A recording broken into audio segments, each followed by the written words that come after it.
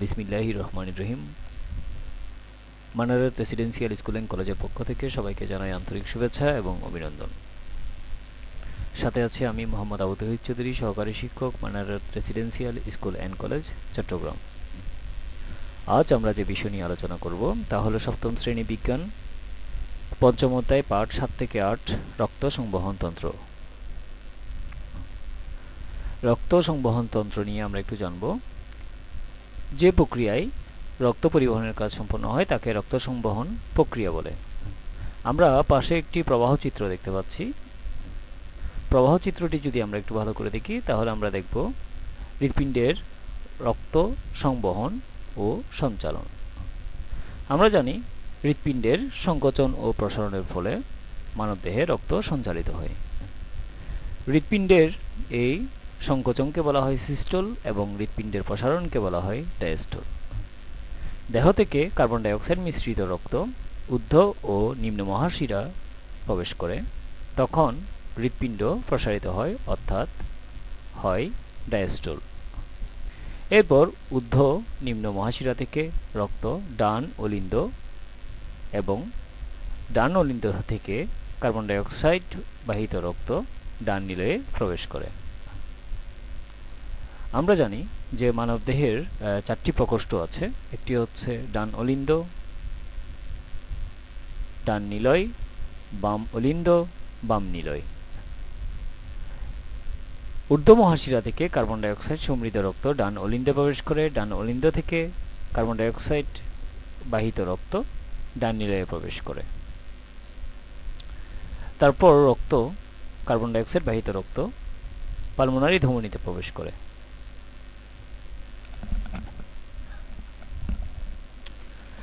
Pulmonary ধমনী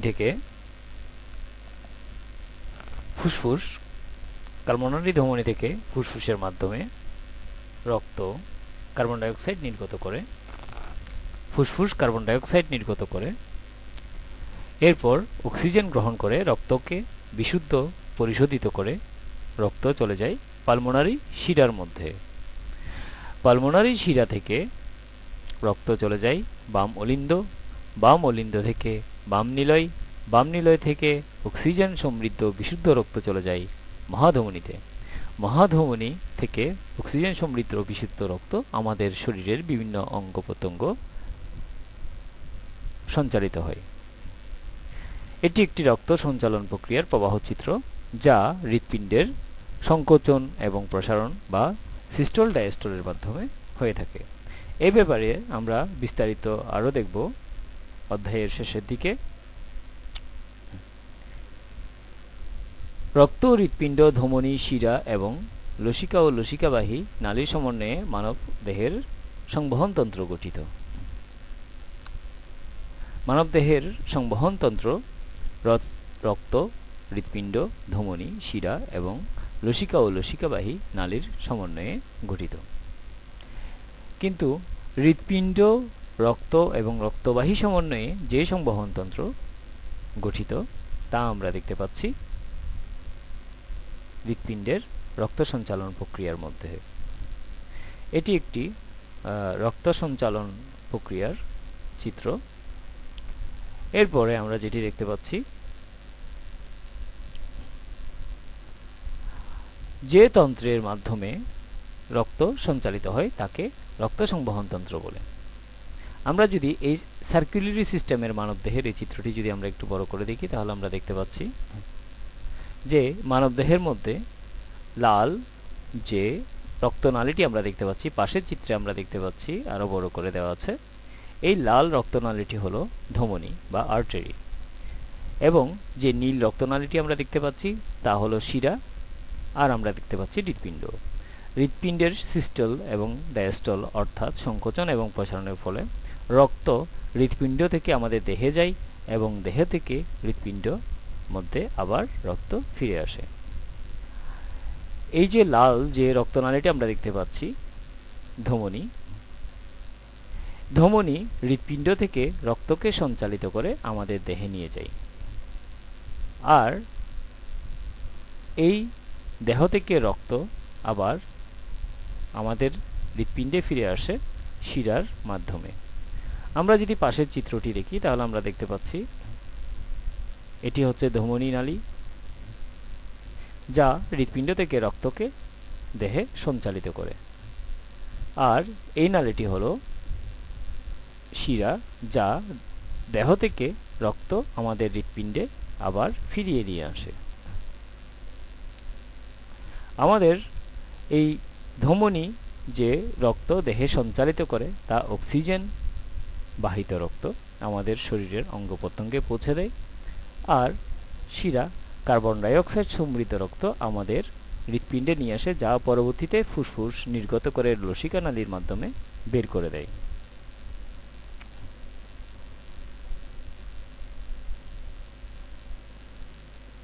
এখন আমরা দেখতে পাচ্ছি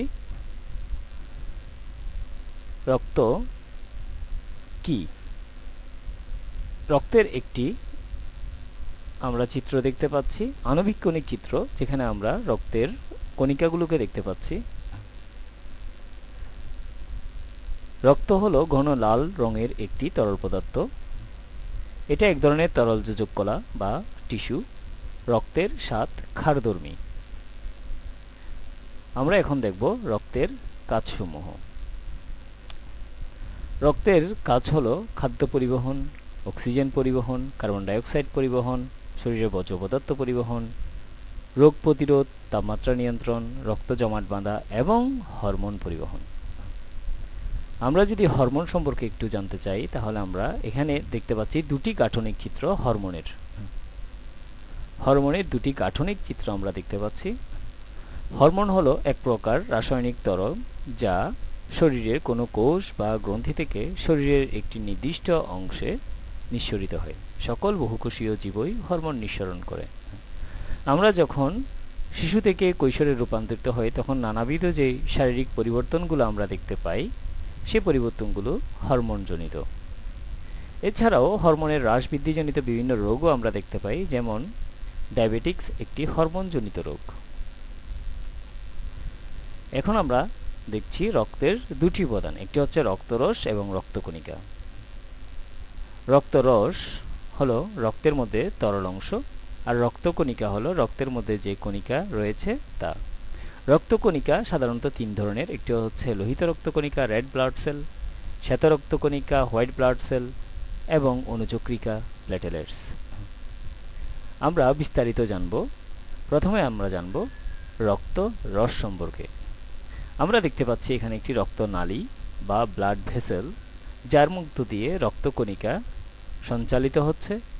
এই রক্তের মধ্যে যে তরল অংশ তা হলো রক্তরস। সাধারণত রক্তের শতকরা 55% হলো রক্তরস। এতে আমিষ, লবণ ও অন্ত্র থেকে শোষিত খাদ্য উপাদান থাকে।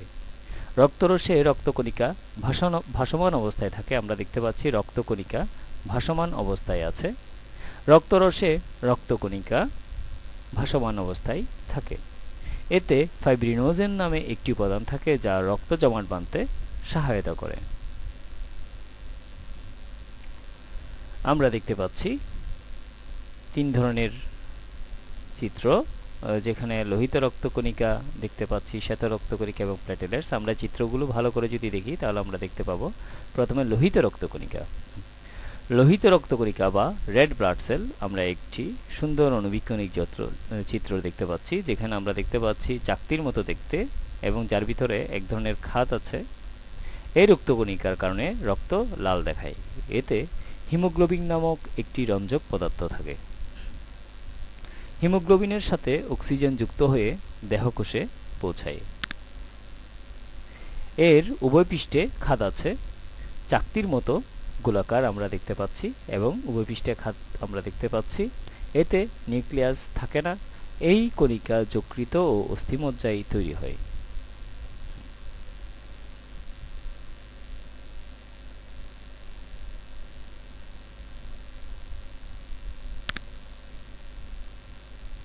এরপর আমরা দেখতে পাচ্ছি শ্বেত রক্তকণিকা। শ্বেত রক্তকণিকা আমরা দেখতে পাচ্ছি সাদা রক্তকণিকা। এই রক্তকণিকা লোহিত রক্তকণিকার চেয়ে আকারে কিছুটা বড় এবং অনিয়মিত আকারের হয়। আমরা দেখতে পাচ্ছি এই রক্তকণিকাটি একটু বড় লোহিত রক্তকণিকার চেয়ে, এবং কিছু কিছু দেখতে পাচ্ছি বিভিন্ন সাইজের যার কারণে বলা হচ্ছে এটি অনিয়মিত আকারের হয়। এতে নিউক্লিয়াস থাকে, প্লীহা এবং স্থিমজ্জায় এদের জন্ম। এই রক্তকণিকা দেহে কোনো রোগ জীবাণু প্রবেশ করলে তাকে ধ্বংস করে। এই রক্তকণিকা দেহে প্রহরীর মতো কাজ করে। এদের সৈনিকের সাথে তুলনা করা হয়। আমরা আমাদের শরীরে যখন কোনো রোগ জীবাণু প্রবেশ করে তখন শ্বেত রক্তকণিকা সেই রোগ জীবাণুকে ধ্বংস করে, তাই একে সৈনিক বা প্রহরীও বলা হয়। এখন আমরা দেখতে পাচ্ছি অণুচক্রিকার একটি চিত্র। একটু আগে আমরা দেখলাম যে শ্বেত রক্তকণিকা, লোহিত রক্তকণিকা, এখন দেখব অণুচক্রিকা।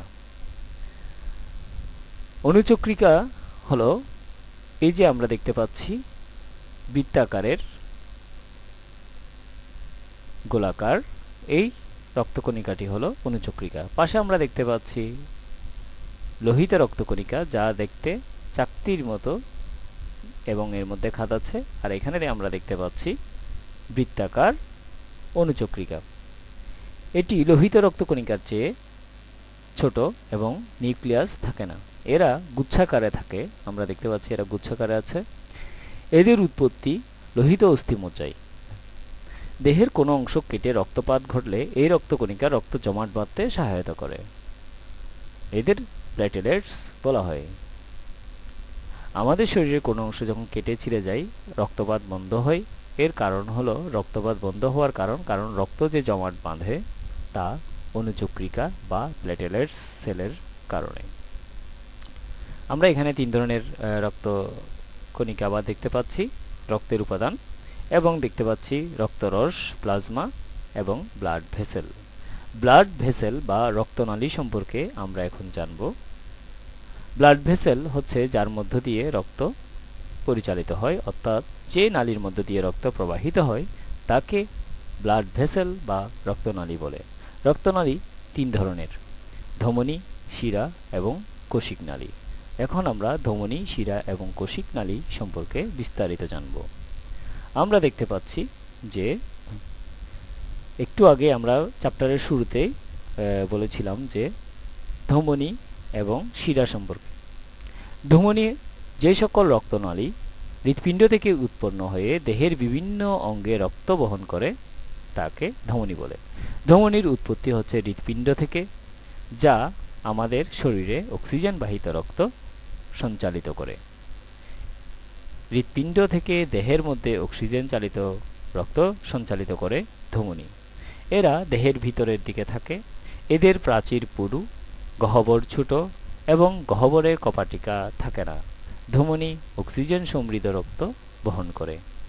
আমরা দেখতে পাচ্ছি ধমনী পরবর্তীতে বিভিন্ন শাখা প্রশাখায় সূক্ষ্ম নালী তৈরি করে একটি জালিকার মতো তৈরি করেছে।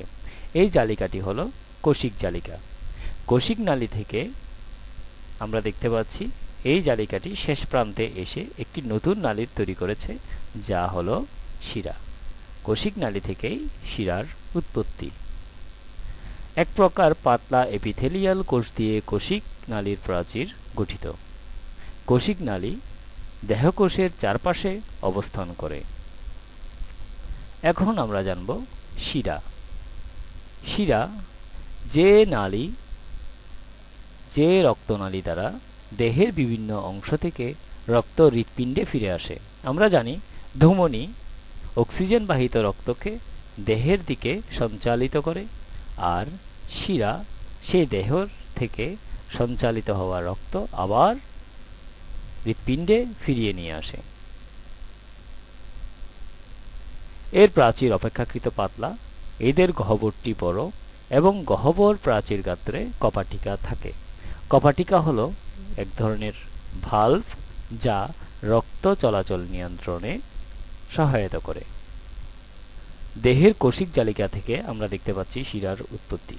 কোষিক জালিকা ক্রমান্বয়ে শুরু হয়ে আবার আরেকটি নতুন শিরার উৎপত্তি করেছে। কিছু ব্যতিক্রম ছাড়া শিরা সাধারণত কার্বন ডাই অক্সাইড যুক্ত বহন করে আমাদের হৃৎপিণ্ডে নিয়ে আসে, যা পরবর্তীতে ফুসফুসের মাধ্যমে আমরা কার্বন ডাই অক্সাইড নিয়ন্ত্রণ করি এবং বাতাস থেকে অক্সিজেন গ্রহণ করে আমরা ধমনীর মাধ্যমে সেই অক্সিজেন বাহিত রক্ত আমাদের দেহে সঞ্চালিত করি। আমরা রক্ত সংবহন তন্ত্রের 3 ধরনের চিত্র এখানে দেখতে পাচ্ছি। সার্কুলারি সিস্টেম, যেটি আমি আগেও দেখিয়েছি, এরপর ধমনী, শিরা, কোষিক জালিকা এবং একটি প্রবাহ চিত্র যা অধ্যায়ের শুরুতেই আমরা আলোচনা করেছিলাম। এখন আমরা যদি আরেকবার রিভিউ করি ব্যাপারটা, হৃৎপিণ্ডের রক্ত সংবহন এবং সঞ্চালন। আমরা জানি হৃৎপিণ্ডের সংকোচন এবং প্রসারণের ফলে দেখে রক্ত সঞ্চালিত হয়। এই যে হৃৎপিণ্ডের সংকোচন এবং প্রসারণকে বলা হয় সিস্টোল এবং ডায়াস্টোল। হৃৎপিণ্ডের সংকোচনকে বলা হয় সিস্টোল আর হৃৎপিণ্ডের প্রসারণকে বলা হয় ডায়াস্টোল। দেহ থেকে যখন কার্বন ডাইঅক্সাইড বাহী রক্ত ঊর্ধ্ব ও নিম্ন মহাশিরায় প্রবেশ করে তখন হৃৎপিণ্ডের ডায়াস্টোল অর্থাৎ প্রসারণ হয়। এরপর রক্ত ডান অলিন্দে প্রবেশ করে, রক্ত ডান অলিন্দ থেকে ডান নিলয়ে প্রবেশ করে। এরপর কার্বন ডাইঅক্সাইড বাহী রক্ত পালমোনারি ধমনী থেকে যখন পালমোনারি শিরাতে প্রবেশ করতে যাবে ঠিক সে সময় ফুসফুস কার্বন ডাইঅক্সাইডকে নির্গত করে দেয় এবং আমরা যে বাতাস থেকে অক্সিজেন গ্রহণ করি সেই অক্সিজেন ফুসফুসের মাধ্যমে পালমোনারি ধমনীর বাহিত রক্তকে বিশুদ্ধ এবং পরিশোধিত করে পালমোনারি শিরায় প্রবেশ করে। পালমোনারি শিরা থেকে অক্সিজেন বাহিত বিশুদ্ধ রক্ত বাম অলিন্দে প্রবেশ করে।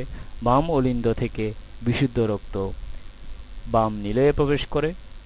বাম নিলয় থেকে অক্সিজেন বাহী বিশুদ্ধ রক্ত মহাধমনীতে প্রবেশ করে। মহাধমনী থেকে অক্সিজেন সমৃদ্ধ বিশুদ্ধ রক্ত আমাদের শরীরে সঞ্চালিত হয় এবং আমাদের প্রত্যেক কোষ, অঙ্গ, অঙ্গাণু, টিস্যু ইত্যাদিতে সঞ্চালিত হয়।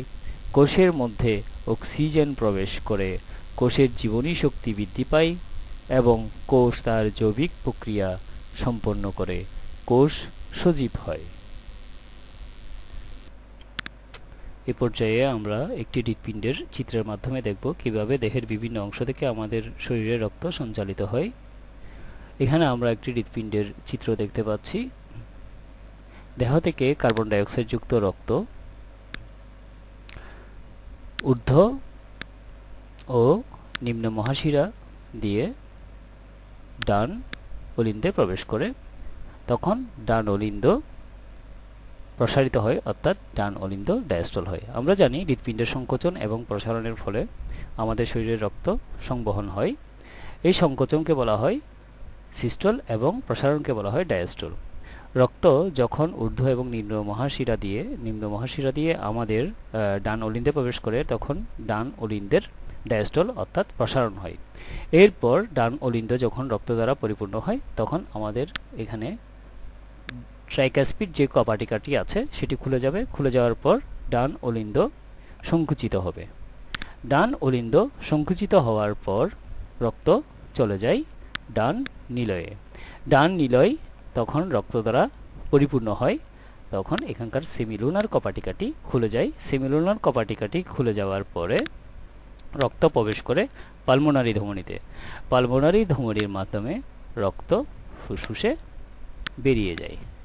ডান পালমোনারি ধমনী এবং বাম পালমোনারি ধমনী, দুটি পালমোনারি ধমনীর মাধ্যমে রক্ত ফুসফুসে চলে যায় এবং কার্বন ডাইঅক্সাইডকে লসিকা নালীর মাধ্যমে শ্বসন প্রক্রিয়ার মাধ্যমে বের করে দেয়। এরপর ফুসফুস যখন শ্বসন প্রক্রিয়ার মাধ্যমে অক্সিজেন গ্রহণ করে আমাদের রক্তকে বিশুদ্ধ পরিশোধিত করে। এরপর আমরা দেখতে পাচ্ছি পালমোনারি শিরা। পালমোনারি শিরার মাধ্যমে সেই বিশুদ্ধ রক্ত ডান পালমোনারিতে আমরা দুটি শিরা দেখতে পাচ্ছি, ডান দিকে দুটি শিরা আর বাম দিকে দুটি পালমোনারি শিরা দেখতে পাচ্ছি। এই টোটাল 4টি শিরা দিয়ে রক্ত আমাদের বাম অলিন্দে প্রবেশ করে। আমরা দেখতে পাচ্ছি এই শিরার মাধ্যমে, পালমোনারি শিরার মাধ্যমে ডান দুই পাশে দুটি পালমোনারি শিরা আমরা দেখতে পাচ্ছি, এদিকে দুটি এবং এই পাশে দুটি। এই দুটি পালমোনারি শিরার মাধ্যমে বাম অলিন্দে প্রবেশ করে। বাম অলিন্দ যখন রক্ত যখন প্রবেশ করে তখন বাম অলিন্দের ডায়াস্টোল অর্থাৎ প্রসারণ হয়। যখন রক্ত দ্বারা বাম অলিন্দ যখন পরিপূর্ণ হয় তখন এখানকার মিট্রাল কপাটিকাটি খুলে যায়। এরপর রক্ত প্রবেশ করে বাম নিলয়ে। আমরা দেখতে পাচ্ছি এরপর রক্ত বাম নিলয়ে প্রবেশ করে। বাম নিলয়ে রক্ত প্রবেশ করার পর বাম নিলয় যখন রক্ত দ্বারা পরিপূর্ণ হয় তখন এখানকার সেমিলুনার কপাটিকাটি খুলে যায়। সেমিলুনার কপাটিকাটি খুলে যাওয়ার পর রক্ত প্রবেশ করে মহাধমনীতে। মহাধমনীতে রক্ত প্রবেশ করার পর সেই রক্ত মহাধমনী থেকে আমাদের দেহের বিভিন্ন অংশে ছড়িয়ে পড়ে। রক্ত আমাদের দেহের বিভিন্ন অঙ্গে ছড়িয়ে পড়ে, অঙ্গ থেকে বিভিন্ন টিস্যু এবং কোষে ছড়িয়ে পড়ে। কোষের মধ্যে যখন আমাদের এই রক্তের সাথে মিশ্রিত অক্সিজেন যখন বিভিন্ন কোষে গিয়ে পৌঁছে তখন কোষের জীবনী শক্তি বৃদ্ধি পায়, কোষ তার জৈবিক কার্যাবলী সম্পাদন করে। এভাবেই আমাদের রক্ত সঞ্চালন প্রক্রিয়া বা রক্ত সংবহন প্রক্রিয়া চলতে থাকে। ধন্যবাদ সবাইকে আমাদের সাথে থাকার জন্য। মানারাত রেসিডেন্সিয়াল স্কুল অ্যান্ড কলেজের পক্ষ থেকে সবাইকে জানাই আন্তরিক শুভেচ্ছা, অভিনন্দন। ধন্যবাদ। খোদা হাফেজ।